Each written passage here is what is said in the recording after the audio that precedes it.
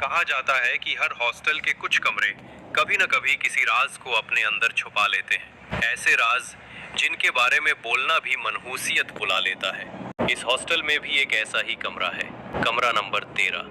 दिन में ये कमरा खाली, साधारण और शांत नजर आता है, लेकिन जैसे ही घड़ी रात के 12 बजाती है, इसके दरवाजे के पीछे से अजीब अजीब आवाजें आने लगती हैं। कभी किसी के कदमों की आहट, कभी किसी के रोने की आवाज और कभी अचानक जोर का धमाका। कई स्टूडेंट्स ने उस कमरे में रहने की हिम्मत की, लेकिन या तो वो अगले दिन हॉस्टल छोड़कर चले गए या फिर पागलपन की हद तक खामोश हो गए। क्यों? आखिर उस कमरे में ऐसा क्या है? क्या ये सिर्फ एक अफवाह है या वाकई वहाँ कुछ ऐसा है जिसे इंसानी आंखें देख भी नहीं सकती? आज हम आपको सुनाने जा रहे हैं वही दहला देने वाली कहानी, हॉस्टल का कमरा नंबर 13। साल 2018। दिल्ली के पास एक छोटा सा कस्बा था, रामगढ़। यहाँ का SR institute of science and technology उस इलाके का सबसे पुराना और नामी कॉलेज था। दूर दूर से बच्चे यहाँ पढ़ने आते थे। कहानी का नायक आरव एक मध्यम वर्गीय परिवार से था। आईआईटी में एडमिशन न मिलने के बाद उसने यहाँ बीटेक में दाखिला लिया। उस दिन शाम को वो भारी बैग लिए कॉलेज के पुराने हॉस्टल में पहुंचा। हॉस्टल की बिल्डिंग बहुत विशाल थी, 4 मंजिला, लेकिन दीवारों पर सीलन, पेंट उखड़ा हुआ और खिड़कियों से आती हवा सीटी जैसी आवाज करती। रिसेप्शन पर बैठे वार्डन, एक बूढ़े झुकी हुई पीठ वाले आदमी ने उसका नाम देखकर कहा, आरव शर्मा? हाँ, तुम्हारा कमरा अलॉट हुआ है, कमरा नंबर 13। आरव ने मुस्कुराकर चाबी ली, लेकिन तभी रिसेप्शन पर खड़े दूसरे लड़के ने धीमी आवाज में कहा, भाई, कमरा 13 मत लेना, वहां मत जाना। आरव रुका। क्यों? उसमें क्या हुआ है? लड़के ने इधर उधर देखकर कहा, बस इतना समझ लो कि वहां जिसने भी रहा है वो ठीक से बचा नहीं। आरव ने इसे हंसी में उड़ा दिया। ये सब अंधविश्वास है, भूत प्रेत जैसी कोई चीज नहीं होती। वार्डन ने बिना कुछ बोले उसे चाबी पकड़ाई और कहा, अगर हिम्मत है तो जाओ, वरना दूसरा कमरा मांग लो। लेकिन आरव जिद्दी था। उसने बैग उठाया और सीढ़ियों से होते हुए तीसरी मंजिल पर पहुंच गया। कमरा नंबर 13 बिल्कुल कोने पर था। दरवाजे पर मोटे मोटे अक्षरों में लिखा था 13। लेकिन अजीब बात यह थी कि पेंट आधा उखड़ा हुआ था और ऐसा लग रहा था जैसे किसी ने नाखूनों से उसे खुरचा हो। आरव ने जैसे ही दरवाजा खोला, एक ठंडी हवा का झोंका कमरे से बाहर आया। कमरे में अंधेरा था। बल्ब जला तो देखा, कमरे की दीवारें सीलन से भरी थी, खिड़की आधी टूटी हुई और कोने में एक पुरानी लकड़ी की अलमारी रखी थी। उस रात सब कुछ सामान्य था, लेकिन आधी रात को अचानक नींद खुली। आरव ने सुना कदमों की आहट, जैसे कोई धीमे धीमे कमरे के अंदर चल रहा हो। उसने तुरंत लाइट जलाई, लेकिन कमरा खाली था। उसने सोचा शायद सपना होगा, लेकिन तभी खिड़की पर परछाई दिखी, एक लड़की की परछाई, लंबे खुले बाल, सफेद ड्रेस। आरव ने हिम्मत करके खिड़की खोली। बाहर देखा, वहाँ कोई नहीं था, लेकिन परछाई गायब हो चुकी थी। अगली सुबह हॉस्टल की कैंटीन में उसने बाकी लड़कों से पूछा, ये कमरा नंबर 13 में क्या चक्कर है? सब चुप हो गए। फिर एक सीनियर बोला, मत पूछ, लेकिन तूने वहाँ रात गुजारी, मतलब तेरी हिम्मत है। आरव ने जिद में कहा, अब तो मैं जान कर रहूंगा, क्या हुआ था उस कमरे में? सीनियर धीरे से बोला, 5 साल पहले इसी कमरे में एक लड़की की लाश मिली थी। कोई नहीं जानता कि उसने आत्महत्या की या किसी ने उसे मार दिया। तब से जो भी उस कमरे में रहा या तो पागल हो गया या मर गया। आरव ने उसकी बात पर मुस्कुराया, भाई, ये सब फिल्मों की कहानियां हैं, मुझे डराने की कोशिश मत करो। लेकिन अंदर कहीं ना कहीं उसके दिल में हल्का डर बैठ चुका था। रात आई और कमरा नंबर 13 की असली कहानी अब शुरू होने वाली थी। रात का सन्नाटा। कमरा नंबर 13 की खिड़की से आती हवा अजीब सी आवाज कर रही थी। आरव ने कोशिश की सोने की, लेकिन नींद नहीं आ रही थी। उसके कानों में बार बार वही आवाज गूंज रही थी। उसने मोबाइल निकाला और टाइम देखा, 2:58 सुबह। दिल जोर जोर से धड़क रहा था।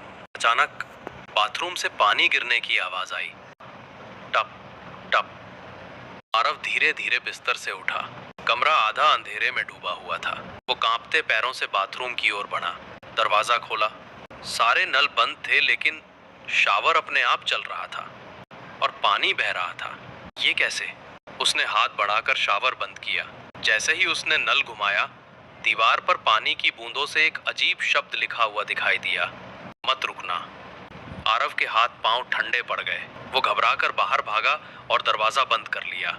सुबह होते ही उसने ये बात अपने दोस्त विक्रम को बताई, जो हॉस्टल में ही दूसरे कमरे में रहता था।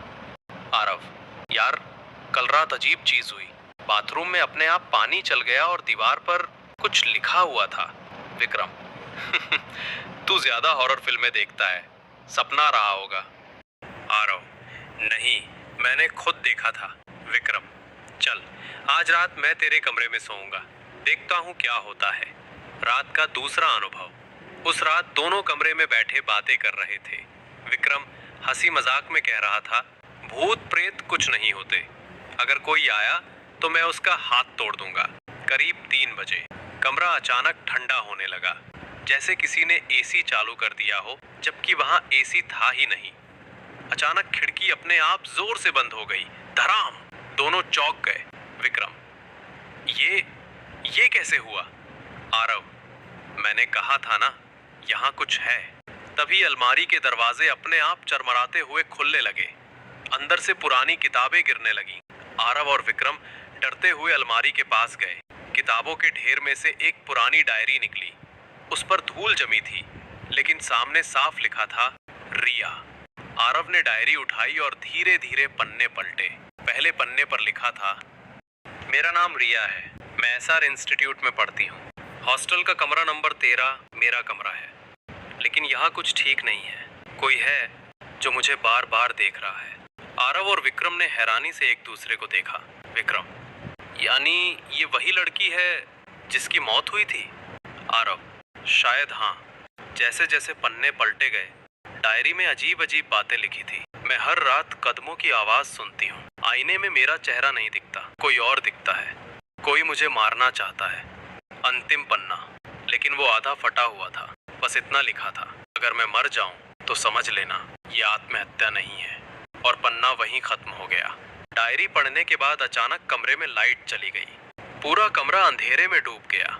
विक्रम डर से कांपने लगा। आरव, मुझे यहाँ अच्छा नहीं लग रहा, चल किसी और कमरे में चलते हैं। लेकिन दरवाजा अपने आप बंद हो गया।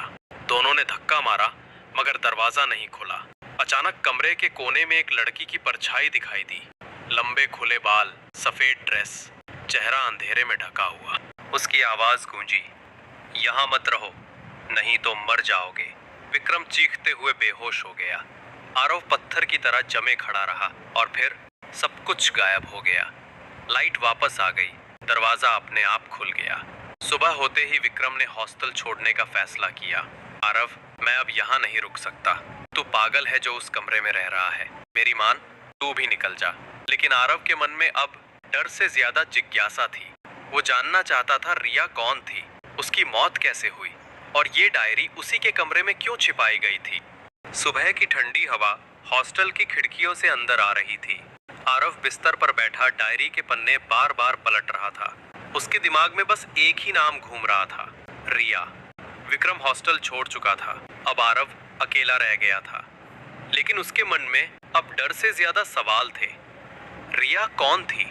उसने आखिरी पन्ने पर क्यों लिखा कि उसकी मौत आत्महत्या नहीं थी? और सबसे बड़ी बात, उसका मर्डर किसने किया? आरव ने तय किया कि अब वो सच का पता लगाएगा। क्लास खत्म होने के बाद वो कॉलेज की पुरानी लाइब्रेरी पहुंचा। लाइब्रेरी का माहौल रहस्यमयी था। पुराने लकड़ी के रैक, मोटी मोटी किताबें और खामोशी। वहां बैठी लाइब्रेरियन, एक बूढ़ी औरत, मोटे चश्मे से किताबें देख रही थी। आरव ने हिम्मत जुटाई और पूछा, मैडम, मैं 5 साल पहले की कॉलेज न्यूज या कोई रिकॉर्ड देखना चाहता हूँ, किसी स्टूडेंट रिया के बारे में। लाइब्रेरियन ने चौंक कर उसकी ओर देखा। रिया? जी, हॉस्टल की स्टूडेंट थी। बूढ़ी औरत का चेहरा अचानक फीका पड़ गया। वो बोली, तुम्हें उस नाम के बारे में किसने बताया? आरव, बस ऐसे ही, मैंने सुना है। कुछ देर चुप रहने के बाद वो धीरे धीरे अलमारी के पीछे गई और एक पुरानी फाइल निकालकर उसके सामने रख दी। ये है वो रिकॉर्ड, पर बेटा इस मामले में ज्यादा मत पढ़ना, ये अच्छा नहीं है। आरव ने फाइल खोली। उसमें पुराने अखबार की कतरने और नोटिस लगे थे। एसआर इंस्टीट्यूट में स्टूडेंट रिया की रहस्यमयी मौत। छात्रा ने हॉस्टल के कमरे नंबर 13 में की आत्महत्या। पोस्टमार्टम रिपोर्ट में मौत की वजह फांसी बताई गई। दोस्तों का कहना, रिया पिछले कुछ दिनों से परेशान थी। आरव ने तस्वीर देखी, वही लड़की, लंबे बाल और मासूम चेहरा, लेकिन अखबार की एक लाइन ने उसे हिला दिया। रिया ने मौत से पहले अपनी डायरी में कुछ लिखा था जो अब तक नहीं मिला। आरव के हाथ कांपने लगे। उसने सोचा, यानी ये वही डायरी है जो मुझे कमरे में मिली थी। इसका मतलब सच अभी तक किसी को नहीं पता चला। उस रात आरव हॉस्टल वार्डन के पास गया। बूढ़ा वार्डन अपने कमरे में चाय पी रहा था। आरव ने कहा, सर, मैं आपसे एक बात पूछना चाहता हूँ। रिया, जो लड़की 5 साल पहले मरी थी, उसके बारे में। वार्डन ने चाय का प्याला रख दिया। उसकी आंखों में अजीब डर झलक रहा था। बेटा, वो मामला अब पुराना हो चुका है। पुलिस ने कह दिया आत्महत्या। बस फिर क्यों उखाड़ पछाड़ कर रहा है? आरव जिद पर अड़ा। लेकिन अगर वो आत्महत्या नहीं थी तो? अगर किसी ने उसे मारा? वार्डन कुछ देर चुप रहा, फिर धीमे स्वर में बोला, रिया बहुत होशियार और जिंदा दिल लड़की थी, लेकिन उसकी मौत से पहले वो अक्सर डरी डरी रहती थी। उसने कई बार कहा था कि कोई उसका पीछा करता है, लेकिन जब हमने पूछा कौन, तो वो चुप हो जाती थी। आरव, क्या आपको शक है किसी पर? वार्डन धीरे धीरे, कुछ बातें हैं जो मैं बता नहीं सकता, लेकिन इतना जान लो, हॉस्टल का कमरा नंबर 13 सिर्फ एक कमरा नहीं है। वहां जो हुआ था उसने पूरे हॉस्टल की हवा बदल दी। आरव ने पूछा, तो फिर वो कमरा बंद क्यों नहीं किया गया? वार्डन ने उसकी ओर देखा और धीमे से कहा, क्योंकि कुछ सच्चाइयां दबाई जाती हैं ताकि कॉलेज की बदनामी ना हो। उस रात आरव फिर कमरे में अकेला था। उसने डायरी को तकिए के नीचे रखा और सोने की कोशिश की। करीब 3 बजे अचानक खिड़की अपने आप खुल गई। तेज हवा के साथ डायरी जमीन पर गिर गई और अपने आप खुल गई। पन्नों पर लिखे शब्द चमकने लगे। आरव ने देखा, वही अधूरा पन्ना अब पूरा हो चुका था। उस पर लिखा था, मेरा कातिल कोई और नहीं, प्रोफेसर। लेकिन नाम अधूरा था। आगे की लिखावट जैसे धुंधली हो गई थी। तभी कमरे में अंधेरा फैल गया। आईने में रिया का चेहरा दिखाई दिया, आंसुओं से भरा हुआ। उसकी आवाज गूंजी, सच को बाहर लाओ वरना और खून बहेगा। आरव चीखते हुए उठ बैठा। उसका दिल धड़क रहा था। अब उसे साफ समझ आ गया, रिया की आत्मा चाहती है कि उसकी मौत का सच सबके सामने आए। अगले दिन आरव ने ठान लिया कि वो पता लगाएगा कि किस प्रोफेसर का नाम डायरी में लिखा था। लेकिन जैसे ही वो क्लास पहुंचा, वहां प्रोफेसर विक्रमादित्य सिंह पढ़ा रहे थे। उनकी गहरी नजरें, भारी आवाज और सख्त चेहरा देखकर आरव के मन में अजीब सी बेचैनी हुई। उसके दिल ने कहा, क्या ये वही इंसान है? आरव अब पढ़ाई से ज्यादा उस रहस्य में उलझ चुका था। हर वक्त उसके दिमाग में वही सवाल घूम रहा था कि प्रोफेसर विक्रमादित्य सिंह का रिया की मौत से कोई संबंध है? क्लास के बाद जब सब स्टूडेंट्स चले गए तो आरव ने हिम्मत करके प्रोफेसर से पूछा, सर, 5 साल पहले जो हादसा हुआ था रिया नाम की लड़की के साथ, क्या आप उसे जानते थे? प्रोफेसर की आंखें अचानक लाल हो गईं। उन्होंने गुस्से में कहा, ये सब बकवास है। तुम्हें पढ़ाई करनी चाहिए, ना कि पुरानी कहानियों में पढ़ना। आरव चौंक गया। उसने साफ देखा जैसे प्रोफेसर का चेहरा पल भर के लिए बदल गया हो। आंखें अजीब सी चमक रही थी। उसके रोंगटे खड़े हो गए। उस रात हॉस्टल में कुछ और अजीब हुआ। करीब 3 बजे जब पूरी बिल्डिंग खामोश थी, अचानक कमरा नंबर 13 की दीवार पर आवाज आई, जैसे कोई नाखून से खुरच रहा हो। खर। आरव डरते डरते उठा और दीवार के पास गया। उसने टॉर्च जलाई और देखा, दीवार पर खून से लिखा था, सावधान रहो। लिखाई धीरे धीरे और बढ़ने लगी। अब लिखा था, तुम अगला शिकार होगे। आरव का दिल जोर जोर से धड़कने लगा। उसने घबराकर कमरे का दरवाजा खोला और बाहर भागा। स्टूडेंट का गायब होना सुबह हॉस्टल में हलचल मची थी।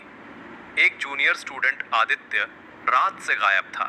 उसका सामान कमरे में था, लेकिन वो खुद कहीं नहीं मिला। सब डर गए। कुछ ने कहा शायद उसने हॉस्टल छोड़ दिया, लेकिन वार्डन का चेहरा उतरा हुआ था। उसने धीरे से कहा, ये पहली बार नहीं हुआ, पहले भी ऐसे गायब हो चुके हैं। आरव समझ गया, ये सब कमरा नंबर 13 और रिया की आत्मा से जुड़ा है, लेकिन असली वजह कोई और थी। डायरी का दूसरा राज। आरव ने दोबारा रिया की डायरी खोली। इस बार उसे पिछले पन्ने में एक अजीब निशान मिला। एक त्रिकोण के अंदर आंख का चिन्ह। नीचे लिखा था, जिस पर ये निशान है वही मेरा कातिल है। आरव ने सोचा, क्या ये कोई गुप्त संकेत है और ये किसके पास होगा? अचानक उसे याद आया, प्रोफेसर विक्रमादित्य सिंह की क्लास में उनकी किताब पर यही चिन्ह बना हुआ था। उसके दिमाग में बिजली सी कौंधी, यानी वही कातिल है। अगले दिन आरव ने अकेले में प्रोफेसर से पूछा, सर, आपकी किताब पर ये अजीब सा निशान क्यों है? क्या इसका कोई मतलब है?